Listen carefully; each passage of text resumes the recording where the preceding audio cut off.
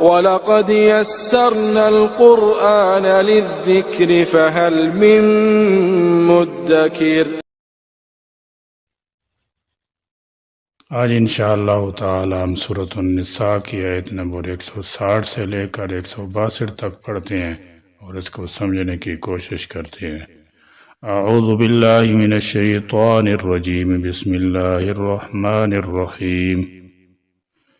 فَبِظُلْمٍ مِّنَ الَّذِينَ هَادُوا حَرَّمْنَا عَلَيْهِمْ طَيِّبَاتٍ أُحِلَّتْ لَهُمْ وبصدهم عن سبیل اللہ کثیرا۔ فَبِظُلْمٍ پھر بسبب ظلم کرنے، فَبِظُلْمٍ پھر بسبب ظلم کرنے، من الذین ان لوگوں کے جو، من الذین ان لوگوں کے جو، عادو یہودی ہوئے، عادو یہودی ہوئے، حرمنا ہم نے حرام کر دی، حرمنا ہم نے حرام کر دی، علیہم ان پر، علیہم ان پر، طیبات کچھ پاک چیزیں، طیبات کچھ پاک چیزیں، یعنی گائے، بھینس، بھیڑ، بکری، اونٹ وغیرہ کا مزاج انسانی مزاج کے مطابق ہوتا ہے، برخلاف اس درندے کے جو انسانی مزاج سے مطابقت نہیں رکھتے، انہیں حرام قرار دے دیا گیا ہے۔ ترمذی شریف کی روایت میں حضور نبی کریم صلی اللہ تعالی علیہ وسلم نے خبیث دوا کے استعمال سے منع فرمایا۔ حضور صلی اللہ تعالی علیہ وسلم نے اس کے ذریعے علاج کرنے سے منع فرما دیا کہ اس کا استعمال انسانی مزاج کے بالکل خلاف ہے۔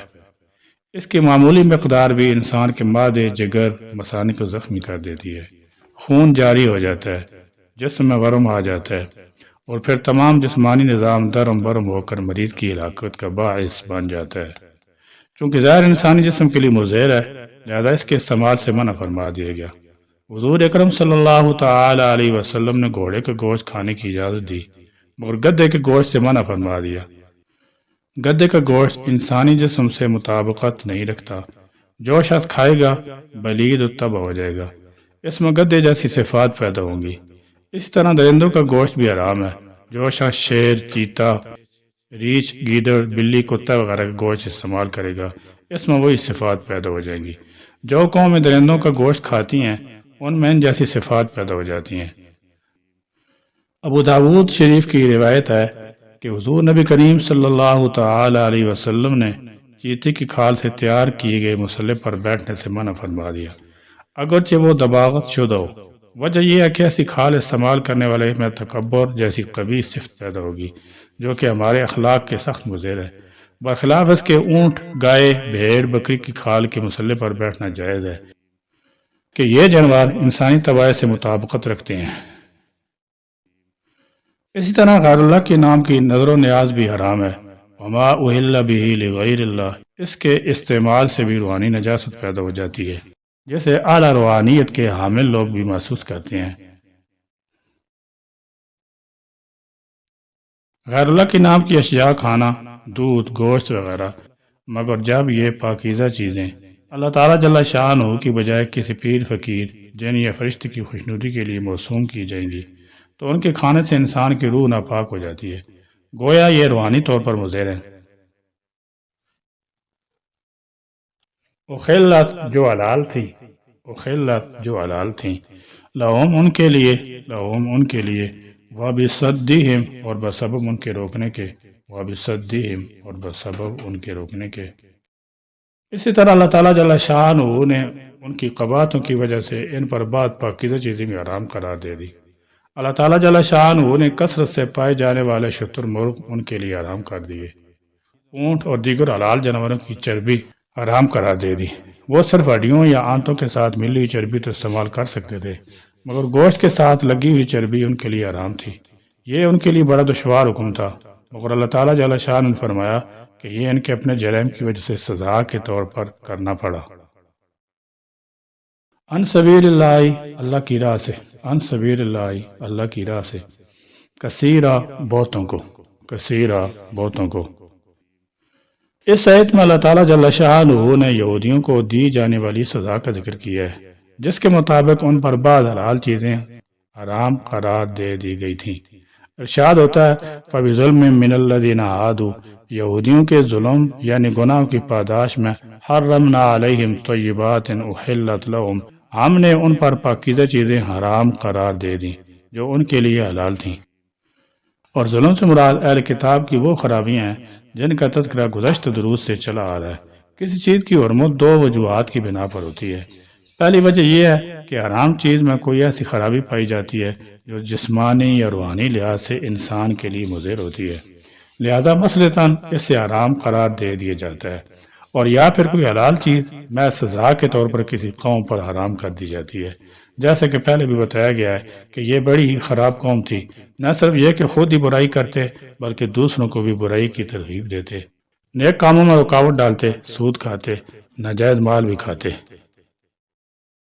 اسی طرح زیادہ تر گمراہ کن نظاموں کے موجد یہودی ہیں۔ اس آیت میں جو جرم بیان ہوا ہے وہ یہ ہے کہ وہ نہ تو خود ایمان لاتے ہیں اور نہ دوسروں کو ایمان لانے دیتے ہیں، بلکہ جو شخص ایمان لانے پر آمادہ ہو ان کے ذہن میں کئی طرح کے شکوک و شبہات پیدا کر کے اس سے اللہ تعالیٰ کی راہ سے باز رکھتے ہیں، اور یہ سلسلہ صرف دور نبی سے ہی متعلق نہیں بلکہ غالباً یہ بدبختی بھی تا قیامت ان یہود کا مقدر ہو چکی ہے۔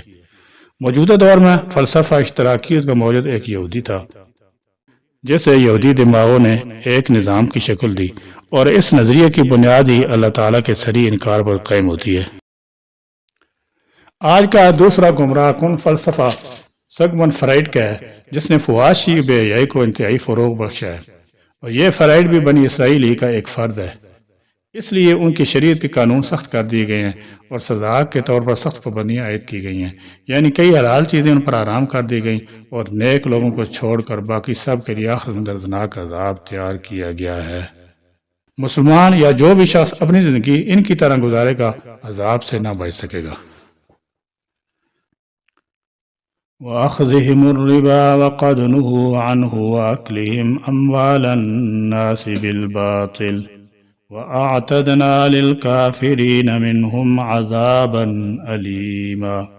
وَأَخْذِهِمْ اور بسبب ان کے لینے کے، وَأَخْذِهِمْ اور بسبب ان کے لینے کے، الربا سود، الربا سود۔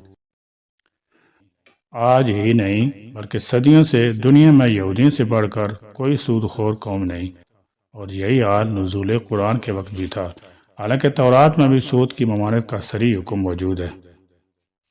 وقد حالانکہ تحقیق، وقد حالانکہ تحقیق، نہو وہ روکے گئے تھے، نہو وہ روکے گئے تھے، عنہ اس سے، عنہ اس سے، واکلہم اور ان کے کھانے کے سبب، واکلہم اور ان کے کھانے کے سبب، اموال الناس لوگوں کے مال، اموال الناس لوگوں کے مال، بالباطل ناحق، بالباطل ناحق، وآتدنا اور ہم نے تیار کر رکھا ہے، وآتدنا اور ہم نے تیار کر رکھا ہے، للکافرین کافروں کے لیے، للکافرین کافروں کے لیے، منہم ان میں سے، منہم ان میں سے، عذاباً عذاب، عذاباً عذاب، علیماً بہت دردناک، علیماً بہت دردناک۔ آج بھی دنیا میں سب سے بڑی سود خور اور حرام خور مالدار قوم یہود ہی ہے، لیکن اپنی اس مالداری کے باوجود یہود ہمیشہ پٹتے ہی رہے ہیں اور کہیں بھی امن کی زندگی بسر نہیں کر سکے۔ موجودہ دور میں جو یہود کی حکومت اسرائیل قائم ہوئی ہے وہ بھی دوسری حکومتوں سے قائم ہے اور انہی کے زیر سایہ چل رہی ہے، اور ان کی اس غاصبانہ حکومت کو آج تک بیشتر ممالک نے تسلیم ہی نہیں کیا۔ یہ عذاب تو دنیا میں ملا، اور آخرت میں تو بہرحال انہیں ان کی سب نافرمانیوں اور بدعہدیوں کی سزا مل کے ہی رہے گی۔ لیکن الراسخون فی العلم منهم والمؤمنون یؤمنون بما انزل الیک وما انزل من قبلک والمقیمین الصلاة والمؤتون الزکاة والمؤمنون باللہ والیوم الآخر اولئک سنؤتیہم اجرا عظیما۔ لیکن الراسخون پختہ ہیں، الراسخون پختہ ہیں، فی العلم علم میں، فی العلم علم میں، منہم ان میں سے، منہم ان میں سے۔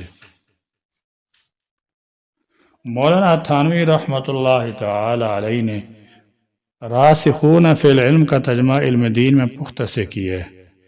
شاہ ولی اللہ اور شاہ عبد القادر رحمۃ اللہ تعالی علیہما نے علم پر ثابت قدم ترجمہ کیا ہے۔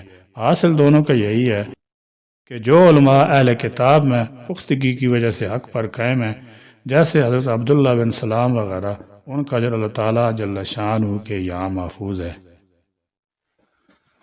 والمومنون اور مومن، والمومنون اور مومن، یومنون وہ مانتے ہیں، یومنون وہ مانتے ہیں، بما اس پر جو، بما اس پر جو، انزلہ نازل کیا گیا، انزلہ نازل کیا گیا، الیکا آپ کی طرف، الیکا آپ کی طرف، وما اور جو، وما اور جو، انزلہ نازل کیا گیا، انزلہ نازل کیا گیا، من قبلی کا آپ سے پہلے، من قبلی کا آپ سے پہلے، والمقیمین اور قائم رکھنے والے ہیں، والمقیمین اور قائم رکھنے والے ہیں، الصلاۃ نماز، الصلاۃ نماز، والمؤتون اور ادا کرنے والے ہیں، والمؤتون اور ادا کرنے والے ہیں، الزکوٰۃ زکوٰۃ، الزکوٰۃ زکوٰۃ، والمؤمنون اور ایمان رکھنے والے ہیں، والمؤمنون اور ایمان رکھنے والے ہیں، باللہ اللہ پر، باللہ اللہ پر، والیوم الآخر اور یوم آخرت پر،